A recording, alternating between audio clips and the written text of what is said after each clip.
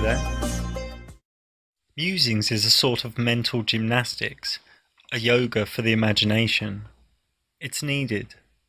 In the Flat Earth community, there are many who only repeat tangible facts, who only stick to Flat Earth proofs. But there are also some that muse. This is the difference between a scientist and a philosopher, but this sort of chat's for another time.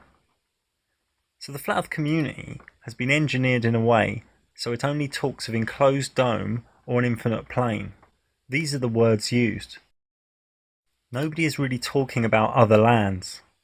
My Vedic documentary presented the Vedic scriptures that contain detailed descriptions about the other lands.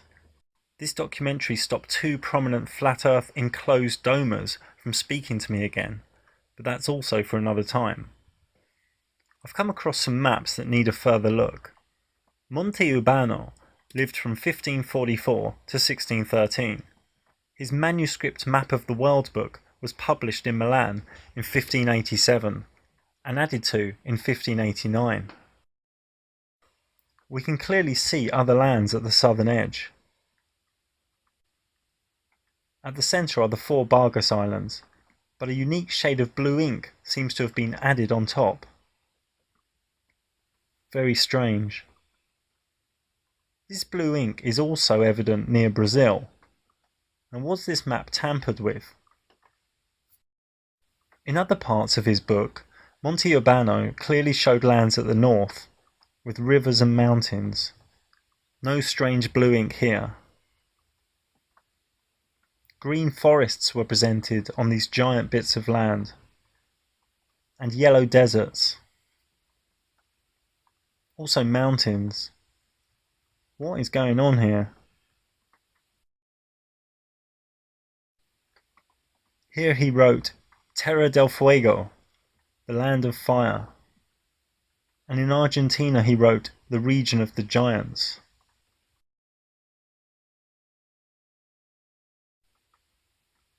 Again we can see mountains and land. This map is by Gennaro Pichicaro from 1597, and this also showed lands in the south. Also it showed some lands in the middle. He labelled this area Circulus Antarcticus and showed strange and wonderful animals. Now maybe exotic animals like the kangaroo and koala came originally from these other lands. This is a map by Cornelis de Jodi, also from the 1500s.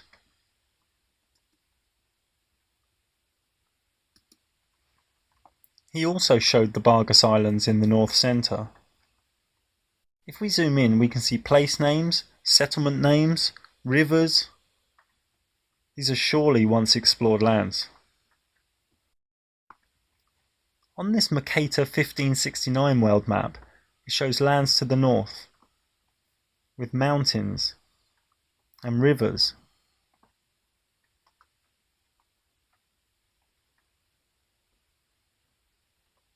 Also in the south it shows other lands.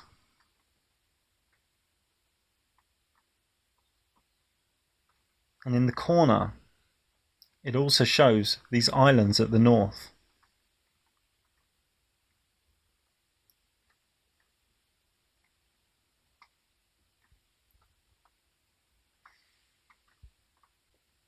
This more famous Mercator map also shows these northern islands, these other lands.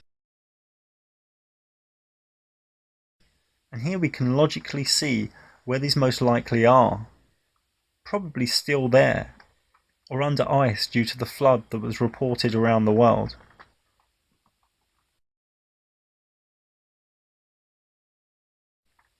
Some Russian dude here says there's a magnetic mountain in the centre. He calls the middle Rupes Nigra, and states that Mercator thought it had magnetic powers. Here are some other maps that also contain these islands at the north.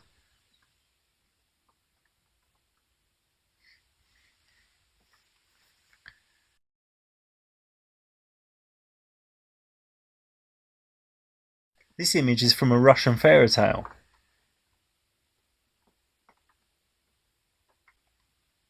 And this image, found on a similar Russian website, claims this art depicts ships from Hyperborea in the north. Mythical land.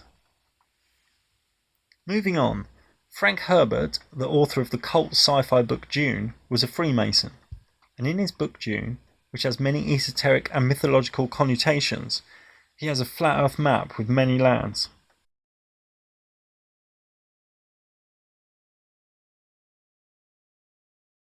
Anyway, here is some footage from Antarctica. And you might wonder, what are sand dunes doing in Antarctica? It's not the first place in the world that you expect to go to find. Antarctica is the coldest, windiest and driest continent on Earth. Driest.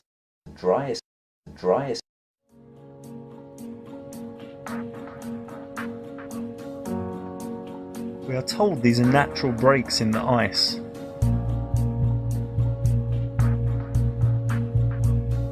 It looks kinda man-made to me.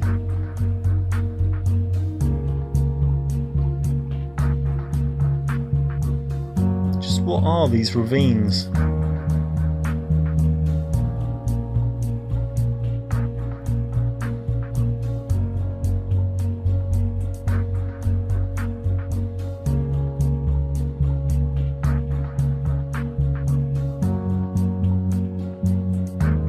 Don't look too natural to me.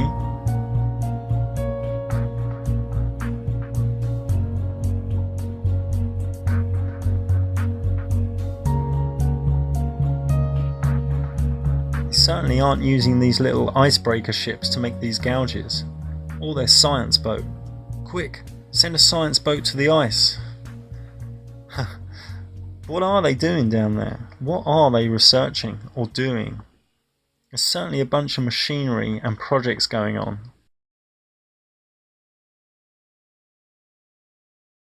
And look who went there recently. Clinton, Prince Harry. What's going on? Now the new Google Earth, if you zoom in to the exact south point on Google Earth, you can see all these strange stripes. Obviously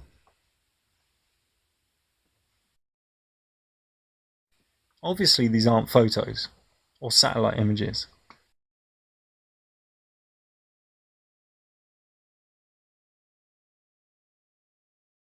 This is some CGI'd hash up.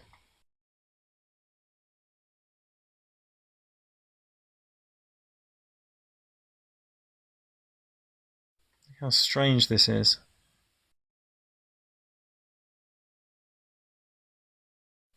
Check this out as well. If you go near the north to this little island off of Russia, and you can do this on anyone's computer, this is repeatable. Just zoom in above this island, you will come across this stripe.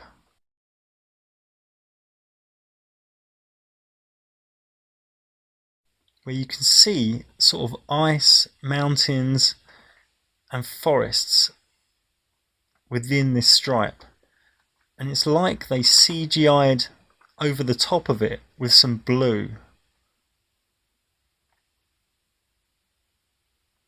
And then here's another stripe. There becomes two stripes for a while, and you can follow this for miles. It actually points directly towards the north center. I'm just waiting for it to load a bit here. It doesn't go all the way to the North Pole, it actually stops a little bit short. But it looks like there's some high altitude imagery that they don't want us to know about. What is going on? This is the northeast area of Russia. And there the two stripes join up. I don't know what's going on here. But this is strange. It's highly likely they are painting over lands.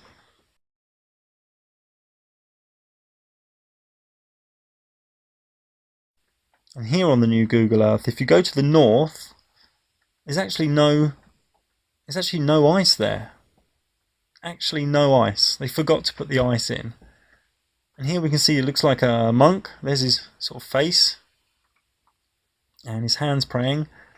And there we can see a sort of snake. Here we go, if we turn it a bit.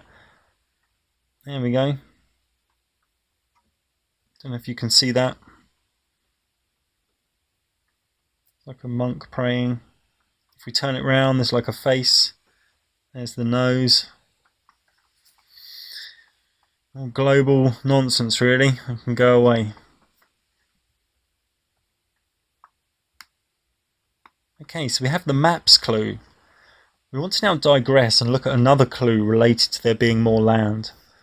In this realm we know, the mainstream known Earth, there is a mass amount of antipathy from an elite. They create ill health and make money from it. They create biological killers in humans and make money from it. They put deadly injections into children while lying about what is inside. They kill people and lie about it and make money from it. Cancer is not a disease, but a fungus that thrives in acidic environments. They lie about what is healthy to eat and drink and make money from it. So with all this wild antipathy, why would we believe these people's microspace cartoons? The main explanation from mainstream medicine is that disease comes from heredity, something given to you that you cannot change, or from viruses, something you catch from another. When they zoom into viruses, all they show us is microspace CGI. They even link the microspace hoax with the outer space hoax. Philip Sabatier also tracks viruses by satellite, thanks to the expert eye of Antonio Guel. It's all cartoons. It's a hoax. Through the poisons of GMO pesticide food, refined sugars, vaccines, and body-altering chemicals disguised as medicine, a change occurs in the human body, making the body a petri dish for funguses and for parasites to easily thrive in. And medical illustrators create cartoons out of their own interpretations of what they see. Some of the important things to think about when you're interpreting data from the microscope is, do you understand your sample well enough to be able to interpret what you're seeing? So there's just a lot of information. In fact, you could almost say that you're going to be overwhelmed by information when you get to the ultrastructural level. And unless you really know your sample well, then this information could actually be misleading. In the shocking book Nutrition and Physical Degeneration, written by Weston Price in 1939, Price found that the tribes that haven't been touched by modern man's food were very healthy, had no cavities, had perfect dental arches, and faced nose formation. The moment modern food, such as processed flour and sugars, touched these tribes, cavities, disease, and obvious DNA changes occurred, such as teeth crowding in the first generation of babies born under the new food. Not because of heredity, but because of the food. Our divine blueprint is to have everything fit, feel good, and be fully healthy. The elite put in sugar and flour and other toxins to change and mess up the human race, which is a major lack of compassion. Could it also be possible that on the other lands, where there is no toxic food, there are still amazing, super healthy, super charged up beings? For us, living parasites within the body are very real. Candida, pinworms, threadworms, roundworms, etc. Foreign waste debris in the body is real. Morgellons is man-made and very real. But diseases and viruses, we've not seen enough actual evidence to show that these are real. So, there are no diseases on flat Earth. But the main point is this. On a spinning ball planet, trillions of miles from anywhere, or in a flat enclosed reality, these levels of antipathy don't really make sense. Okay, you can have a warring faction, greed, and steering mass groups of people, but mass genocide and DNA mutation, killing people for money, this doesn't work as well in an enclosed reality as it does if there are other lands. Let me elaborate a little bit. If there are 20 lands or so, throwing a few billion people to the sword at land C23, for instance, for experiments, seems much more likely. Why would anyone be okay killing billions of people if everyone is in the same realm? This is more of an irrational leap. This crazy level of antipathy works more rationally if the ruling and orders are coming from another land. Why dirty one's own doorstep? This might need some contemplation to fully understand, and it's only conjecture for making a point that's not yet been made. But these crazy levels of antipathy just don't fully work in an enclosed system. Let's digress again and look at the money. Let's follow the missing money. Banks are basically thieves. The bigger the bank, the more theft. We also had missing gold during the 9/11 hoax, and depending on your source, the amount was somewhere between $500 million and even $100 billion. Now, do you remember some years ago the Pentagon's missing trillions? This 6 trillion was very well reported.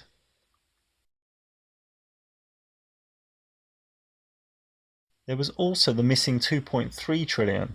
How can we seriously consider a $50 billion increase in the defense budget when DOD's own auditors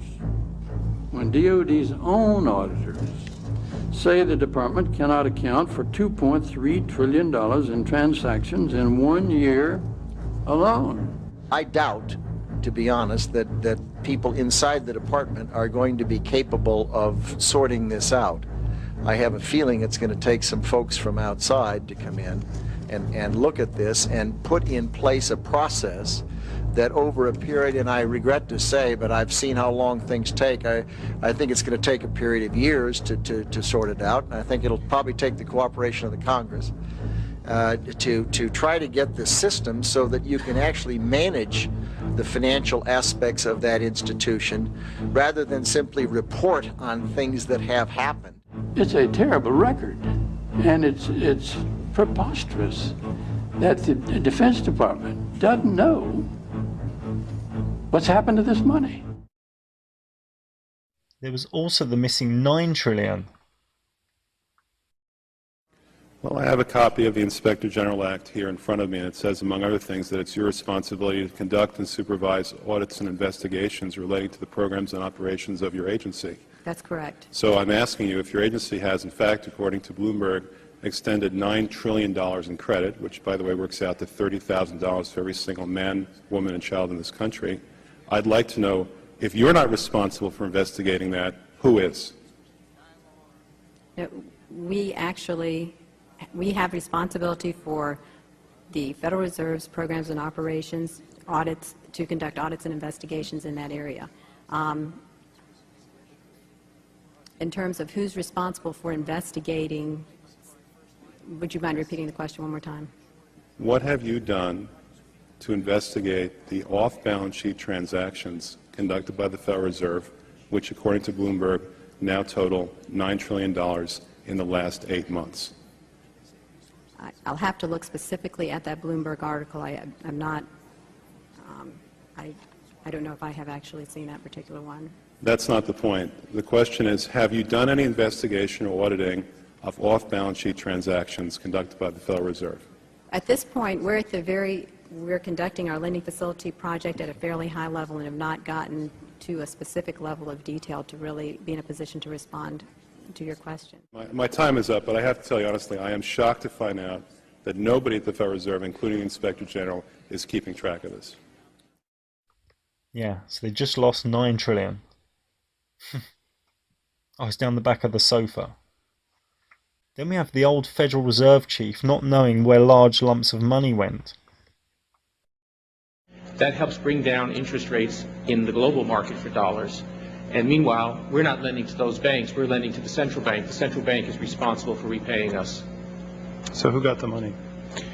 To financial institutions in Europe and other countries. Which ones? I don't know. $500 billion and you don't know who got the money?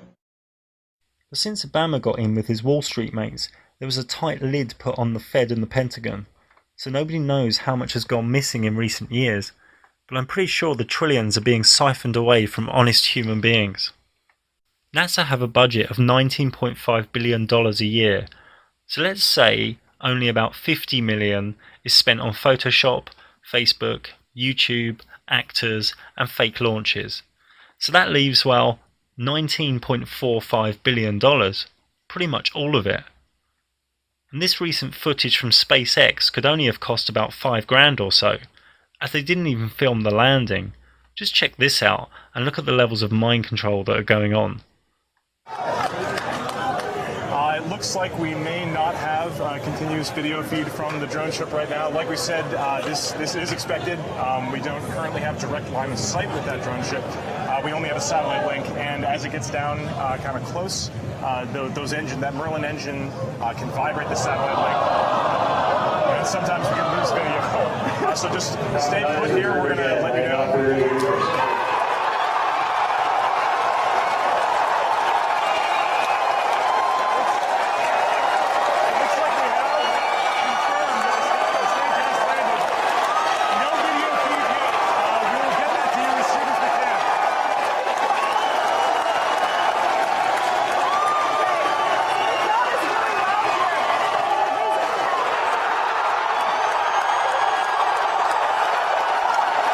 Unreal. Yep, there it is. Zero Hedge said the collective humans and countries are 217 trillion in debt, so I wouldn't get too concerned when the criminal credit card dudes get funky over a few grand. Just want to point out here that 1 billion is 1,000 million, and that 1 trillion is 1,000 billion. This is a serious amount of money. Okay, so let's say the elite have 10 or so trillion stashed.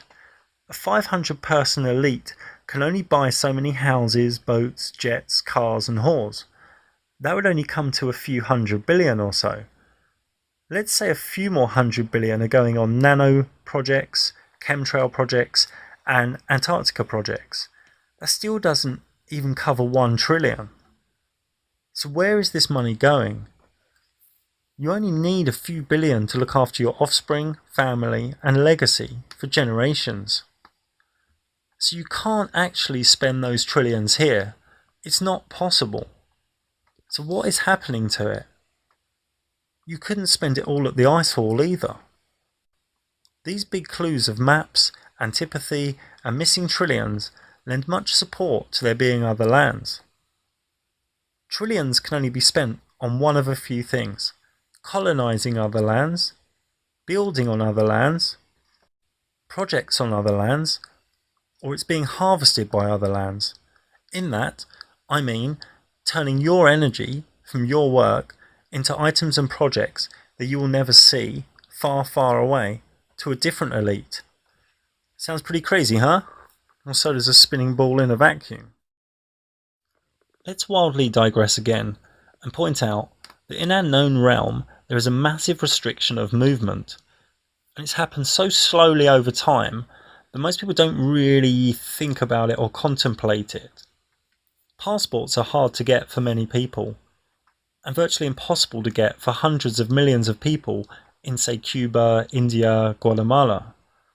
They can also be expensive, and they now even contain RFID tracking microchips. Most nations need temporary visas to visit, requiring much strict paperwork in the application phase, and some nations now demand electronic permits.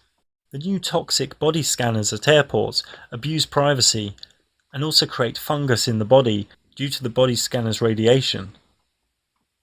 So why do you think the collective consciousness is being put into a state of movement restriction?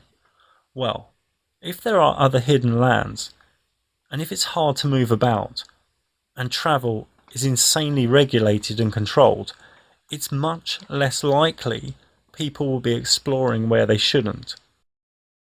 Recent movies lend themselves to other lands too, such as Maze Runner, Moana, and Room.